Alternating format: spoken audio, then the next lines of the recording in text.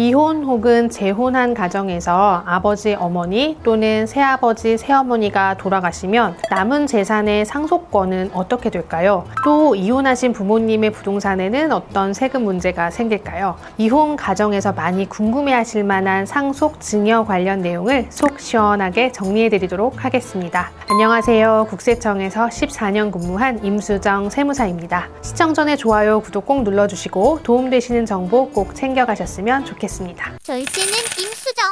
세무사님, 부모님이 재혼했을 때요, 새아버지 혹은 새어머니의 재산을 제가 상속받을 수 있을까요? 제가 상담했던 사례를 하나 말씀드려 볼게요. 어머니가 병환으로 좀 일찍 돌아가셨고 이후에 아버지가 재혼을 하셔서 새어머니가 계신 상태이고 아버지가 몇 년 전에 돌아가셨어요. 그래서 지금은 새어머니랑 본인 이렇게 둘만 계신다고 하셨어요. 그런데 이제 새어머니도 연세가 많으셔서 재산을 정리하고 싶은데 본인 재산을 어떻게 물려줄 수 있는지 알아보라고 하셨다면서 그 아드님께서 상담을 오셨던 거죠. 재혼을 해서 법적인 가족이 됐잖아요. 그럼 제가 생각했을 때는 당연히 새어머니의 재산을 상속받을 수 있을 것 같거든요. 친아버지가 돌아가신 후에 새어머니가 돌아가시면 재산은 새어머니의 친생자와 친정으로 상속권이 넘어가서 새어머니의 재산은 상속을 받을 수가 없습니다. 이분의 새어머니는 친아버지랑 결혼이 초혼이셨고 결혼 후에도 아이를 낳지 않으셔서 친생자가 없으셨어요. 그리고 부모님은 다 돌아가시고 안 계셨고요.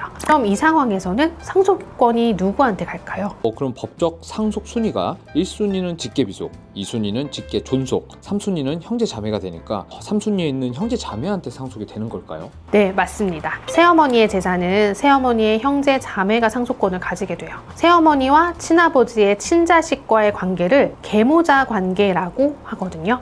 구민법 체계에서는 계모자 관계를 법정 혈족으로 인정해서 친자식과 동일하게 상속권을 인정해 주었는데요. 1991년에 민법이 개정되면서 이 계모자 관계를 조문해서 삭제했어요. 혈족 관계를 인정하지 않게 된 거죠. 다만 직계 존속의 배우자로서 인척 관계는 인정을 하고 있습니다. 혈족 관계로는 인정을 안 하는데 인척 관계는 인정을 한다. 이게 무슨 뜻인가요? 쉽게 말해서 혈족은 피가 섞인 관계, 인척은 혼인으로 인해서 가족이 된 관계를 말하는데 아직 상속 제도는 혈족을 더 존중하고 있기 때문에 새아버지나 새어머니는 피가 안 섞인 인척 관계라 그의 재산은 내가 상속을 받을 수 없다. 이렇게 이해하시면 되겠습니다. 이런 경우에는 상속을 해주고 싶을 때도 있잖아요. 이럴 때는 어떻게 해야 되는 걸까요? 이 방법이 아예 없는 건가요? 아무런 조치 없이 그냥 이제 새어머니가 돌아가시면 방법이 없어요. 그런데 이제 새어머니가 살아 계실 때 유증을 하시는 게 일단 가장 손쉬운 방법이 될 수 있겠죠. 그런데 이 경우에는 상속 공제가 하나도 적용되지 않습니다. 상속인 외자에게 유증을 하는 경우에는 상속 공제 한도 규정에 걸려서 공제 금액이 없기 때문에 상속 재산에 그대로 세율이 적용이 돼서 상속세가 많이 나오겠죠. 그래서 이런 경우 또 하나의 방법은 새어머니가 자신의 자녀로 입양을 하는 방법이 있습니다. 민법에서 양자와 친자식을 동일하게 직계 비속으로 봐서 동일한 상속권을 인정하고 있습니다. 상속인으로서 양자와 친자식은 지위가 동등하다고 보시면 되겠습니다. 새어머니의 자녀가 된다면 직계 비속이 되고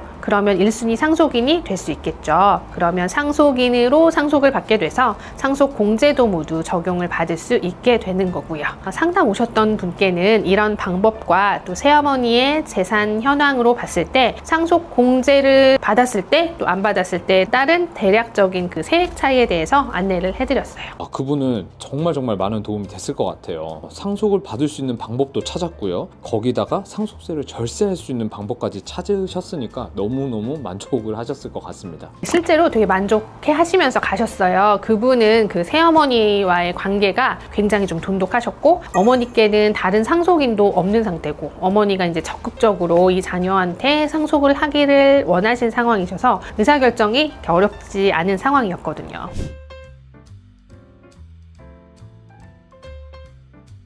그럼 세무사님, 이런 경우는 어떤가요? 아버지한테 자녀 A가 있는 상태에서 재혼을 하셨고요. 새어머니가 재혼 전에 낳은 자녀 B가 있는 경우에 아버지가 돌아가셨을 때 자녀 B가 상속인이 될 수 있을까요? 그러니까 쉽게 말하면 재혼 배우자의 기존 자녀도 상속을 받을 수 있냐? 이게 제 질문입니다. 이 경우도 어렵지 않으실 것 같아요. 자녀 B는 상속인이 될 수 없습니다. 민법상 직계 비속은 혈연 관계인 경우에만 인정하기 때문인데요. 다만 아버지께서 그 자녀 B를 입양한 경우라면 그 앞에서 설명드린 바와 같이 직계 비속으로 인정돼서 공동 상속인이 될 수 있습니다. 이런 경우도 상담 의뢰가 많이 오나요? 네, 오죠. 실제 사례인데요. 그 아버지에게 아들이 있었고 재혼한 배우자한테 재혼 전에 낳은 딸이 한 명 있었어요. 이분이 재혼을 하시면서 그 재혼한 배우자의 딸을 친양자로 입양을 하셨더라고요. 그럼 이 경우에 아버지가 돌아가시면 상속인은 3명이 되는 거예요. 그 재혼한 배우자, 친아들, 그리고 입양한 딸 이렇게 3분이요. 그런데 이런 경우라면 아버지께서 생전에 재산을 좀 잘 정리를 해주시고 가시는 편이 좀 좋을 것 같아요. 재산이 없으시면 상관없지만 재산이 많은 경우에는 그 상속인 간 분쟁이 발생할 여지가 크고 협의가 안 되면 법정 소송까지 이어지니까요. 진짜 그럴 수 있을 것 같아요. 정말 상속은 참 세금 계산도 어렵지만 가족 간의 관계 이런 문제도 있고 감정도 얽힐 수 있는 그런 문제가 굉장히 다분하니까 제일 어려운 세목이 아닌가 그런 생각이 좀 듭니다. 근데 설명을 들으니까요 이제 이해는 명확하게 된 것 같아요. 제가 정리한 게 맞는지 모르겠지만 1차적으로 피가 섞였나 안 섞였나 이걸로 판단해서 피가 섞이면 상속권이 있다 이렇게 판단을 하면 되고 2차로 피가 안 섞였더라도 입양을 통해서 자녀가 됐다면 상속권이 있다, 상속을 받을 수 있다 이렇게 저는 이해가 되거든요. 이게 맞는 걸까요? 네, 그렇게 이해하시면 좀 쉽고도 정확하게 판단을 하실 수 있을 것 같아요.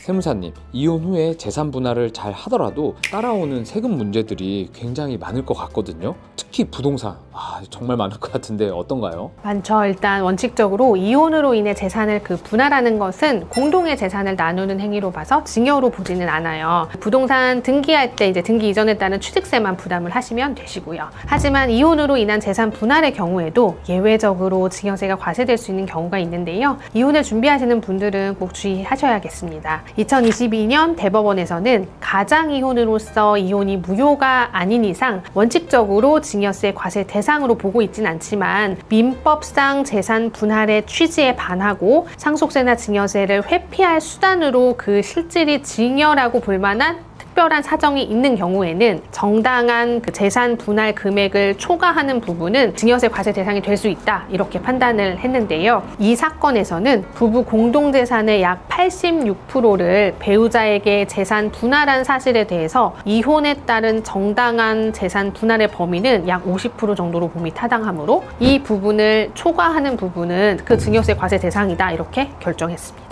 세금이 많이 나오니까 이혼을 통해 재산 분할 형태로 재산을 이전한 그런 거네요. 재산 분할은 증여 대상이 안 되니까요. 근데 그게 정당한 재산 분할 금액을 초과하면 문제가 될 수 있다 이런 말씀이신 거죠? 네, 그렇습니다. 요즘 고령의 자산가들 사이에서는 절세 이혼이라는 말이 나올 정도로 상속세 부담 때문에 이혼까지 고려한다는 말이 들리고 있습니다. 우리나라 상속세는 돌아가신 분의 재산을 기준으로 세금을 부과하는 그 유산과세형을 취하고 있고 돌아가신 분의 재산이 많으면 그 각 상속인이 취득한 금액과는 상관없이 최대 50% 세율이 적용이 되고 있죠. 돌아가신 분의 배우자가 생존하여 있다면 최소 5억에서 최대 30억까지 배우자 공제를 적용받을 수 있는 구조이고요. 상속인 입장에서 부모님이 이혼을 하신다면 배우자 공제를 적용을 받을 수가 없어서 상속세 부담이 상대적으로 증가할 수 있어요. 그런데 때로는 이혼이 상속세를 좀 줄여주기도 하죠. 왜냐하면 부모님의 재산 분할로 인해서 상속 재산 자체가 줄어들면 배우자 공제 적용을 받지 않아도 상속세가 감소하는 상황이 생기기도 하니까요. 세금 때문에 이혼까지 고려한다는 말 자체가 좀 슬프게 와닿는데요. 결론은 세금을 줄이기 위한 가장 이혼은 문제가 될 수 있고 또 정당한 그 재산 분할을 초과하는 부분은 증여세 대상이 될 수 있다. 이런 내용입니다. 네, 오늘도 정말 새로운 사실을 많이 배운 것 같아요. 근데 하나 더 궁금한 게 있는데요. 만약 이혼 절차 진행 중에 돌아가셨어요. 협의 이혼에 합의는 하신 상태고요. 배우자에게 재산을 분할했는데 아직 이혼 절차가 완료되지 못한 그런 상태에서 갑자기 아버지가 돌아가셨다면 상속세 신고를 할 때 배우자 상속공제가 적용되는 건지 분할한 재산은 어떻게 처리가 되는 건지 이게 좀 궁금한데요. 배우자 상속 공제부터 좀 말씀을 드리면 협의 이혼에 합의하였지만 아직 이혼 절차가 완료되지 않은 상태이기 때문에 상속 개시일 현재 법률상 배우자에 해당합니다. 따라서 배우자 상속 공제를 적용받을 수 있습니다. 증여세의 경우에는 그 이혼으로 인한 정당한 그 재산 분할은 증여세가 과세되지 않지만 아직 이혼 절차가 완료되지 않은 상태에서 돌아가셨으니까 법률상 이혼에 해당되지 않고 따라서 재산 분할에도 해당되지 않습니다. 따라서 생전에 분할한 재산에 대해서는 증여세가 과세되고 상속세 과세가액에 합산을 하게 됩니다. 결국 모든 판단은 상속 개시일 현재 시점을 기준으로 한다. 이게 핵심 포인트가 될 것 같습니다.